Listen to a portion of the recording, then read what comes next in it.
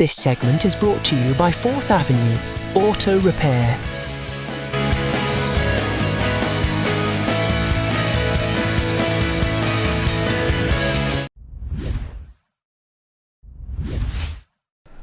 اقوام متحدہ کے سیکرٹری جنرل انٹونیو گوتریش نے کہا ہے کہ جاپان کے شہروں ہیروشیما اور ناگاساکی میں تباہی کے تقریباً 80 سال بعد بھی جوہری ہتھیار عالمی امن اور سلامتی کے لیے واضح خطرہ ہیں، جن کے استعمال کی دھمکیاں ناقابل قبول ہیں۔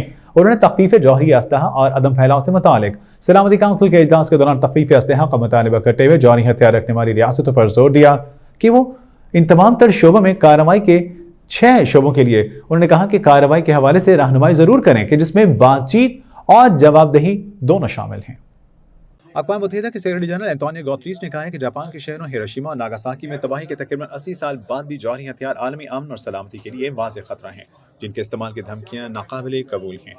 انہوں نے تخفیف جوہری اسلحہ اور عدم پھیلاؤ سے متعلق سلامتی کونسل کے اجلاس کے دوران تخفیف اسلحہ کا مطالبہ کرتے ہوئے جوہری ہتھیار رکھنے والی ریاستوں پر زور دیا کہ وہ 6 شعبوں میں کارروائی کے لیے رہنمائی کریں، جس میں بات چیت اور جواب دہی شامل ہے۔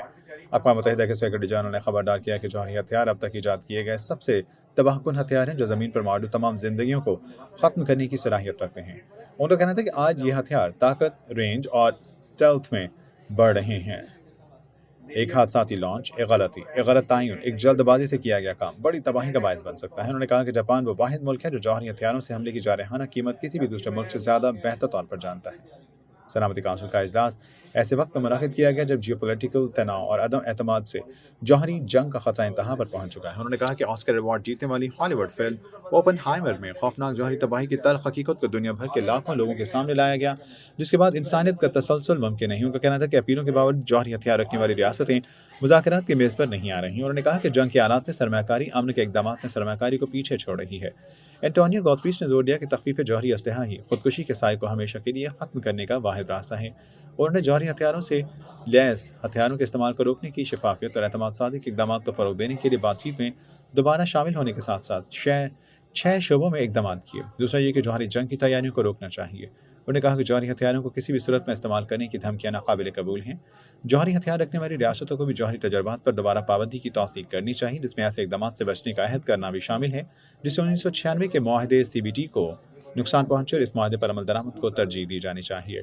انہوں نے کہا کہ جوہری ہتھیاروں کے عدم پھیلاؤ کے معاہدے کے حوالے سے اس تمام تر صورتحال میں بہتری کے اقدامات کیے جا رہے ہیں۔ انہوں نے کہا کہ جوہری ہتھیاروں کے عدم پھیلاؤ کے معاہدے NPT کے تحت جواب دہی کے ساتھ تخفیف اسلحہ کے وعدوں کو عملی جامہ پہنایا جانا چاہیے۔ 50 سال قبل طے پانے والا یہ تاریخی معاہدہ سرکاری طور پر جوہری ہتھیاروں کا ذخیرہ کرنے والی ریاستوں کی طرف سے تخفیف اسلحہ کے اہداف حاصل کرنے کا پابند بناتا ہے۔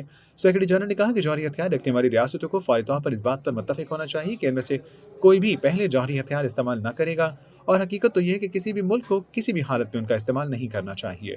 انہوں نے جوہری ہتھیار کی تعداد میں کمی پر زور دیا۔ اس سلسلے میں انہوں نے امریکہ اور روس پر زور دیا کہ وہ نیو سٹارٹ معاہدے کے مکمل نفاذ کے لیے مذاکرات کی طرف واپسی کا راستہ تلاش کریں اور اس جیسے کسی نئے معاہدے پر اتفاق کریں۔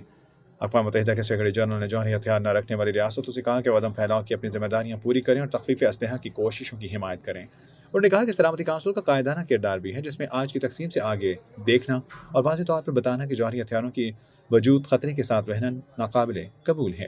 اجلاس کی صدارت کرنے والے ملک جاپان کی وزیر خارجہ یوکو کامیکاوا کہتی ہیں کہ ہیروشیما اور ناگاساکی کی تباہ کاریوں کو کبھی نہیں دہرایا جانا چاہیے۔ انہوں نے کہا کہ اگرچہ بین الاقوامی برادری جوہری تخفیف اسلحہ میں پیش رفت کے بارے میں مزید منقسم ہو چکی، اس کے باوجود ہمیں جوہری ہتھیاروں کے بغیر دنیا کی طرف حقیقت پسندانہ اور عملی کوششوں کو مستقل طور پر آگے بڑھانا چاہیے۔ انہوں نے خبردار کیا کہ بعض ممالک کی جانب سے جوہری صلاحیتوں میں تیزی سے اضافہ جوہری ہتھیاروں کی دوڑ کو جنم دے سکتا ہے۔